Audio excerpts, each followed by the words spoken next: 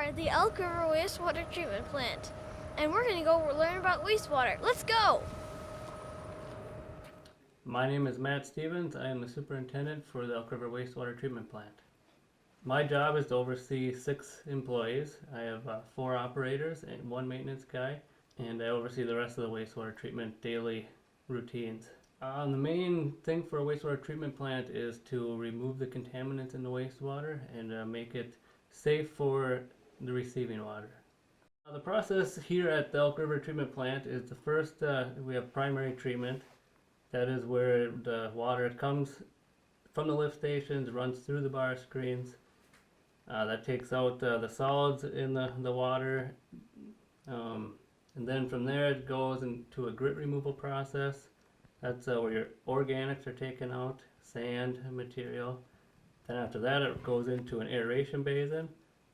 That's where the microorganisms eat the solids, and then they fall off in the final clarifiers, and we pump them out to a biosolids. And the water from there goes into a UV disinfection. Anytime anybody uses water in their homes, whether it's their kitchen, their bathroom, shower, laundry room, that water leaves their home, goes into the sanitary sewer. From there it flows by gravity until it gets to one of our lift stations. Here in Elk River we have 21 lift stations. 3 of them pump directly to the wastewater plant. So a lift station, what its design is the water flows by gravity until it can no longer flow by gravity anymore, and that lift station pumps it up to a higher elevation to where it continues to flow by gravity. Here in Elk River the wastewater goes to the Mississippi River. The only thing that you should put down the drains is human waste and toilet paper. All other things should not go down the drain. That includes food, grease, rags, flushable wipes, feminine products, things like that nature should not be flushed down the toilet. If there's a clog, it can back up into a homeowner's house, and then that is putting sewage in their house, and then we have to come out and remove that clog. I've partnered with the landfill, and the landfill is designed where they have a containment area underneath all their garbage at the Elk River landfill, and that collects up with water, which is called leachate. Then that leachate is, they have to treat it. They have to find a way of getting rid of it. So they bring it to us, and then we treat like 36,000 gallons of their leachate a day, and then they in return take our biosolids, and we pay them for taking our biosolids, and then they pay us for removing their leachate and treating it. We average about 1.4 million gallons a day that we treat here. The guys in the lab, they look at the microorganisms underneath in the microscope on a weekly basis. We'll look to make sure we have enough good bugs, we call them, and if we tend to swing towards what aren't considered good bugs, we will waste them to our storage tank, to where then those will go to the landfill into a biosolid process. Coming from. So this is the shower. This would be industry or toilet, bathtub, wash machine. Water comes in, and this is basically the process of the wastewater treatment plant.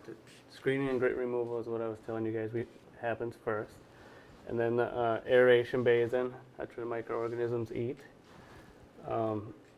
We do not have a digester. Screw press, that's what turns it into a biosolid. This is them hauling it to the landfill. And then here's the UV disinfection that I was telling you about. And this neutralizes the microorganisms before they go to the river. So this camera, we have 1,000 feet of cord on it, of cable on it. We've had it out about 900 feet before, which is pretty cool. And this lens has the capability of looking up and twisting all the way around. Oh, wow. Wow. And this is grease in the system from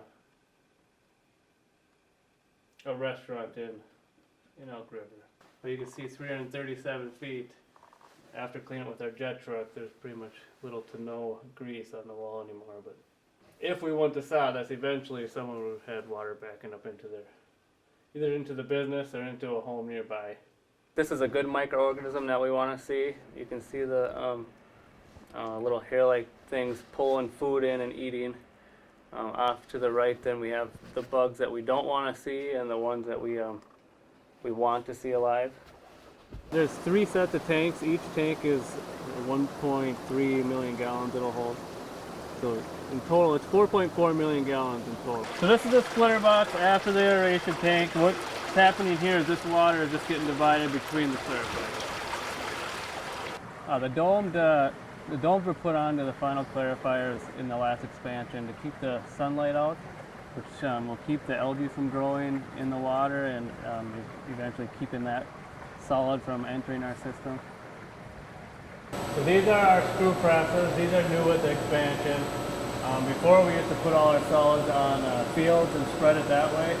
Now this is where we turn the 2% liquid into like a 20% solid that goes to the landfill. All the way down, that pushes the water out. The screen's a little bigger down here, and as it goes down here, less water gets removed and it turns into a solid. It's pretty easy process, really. Thank you for watching our video and keep learning water science.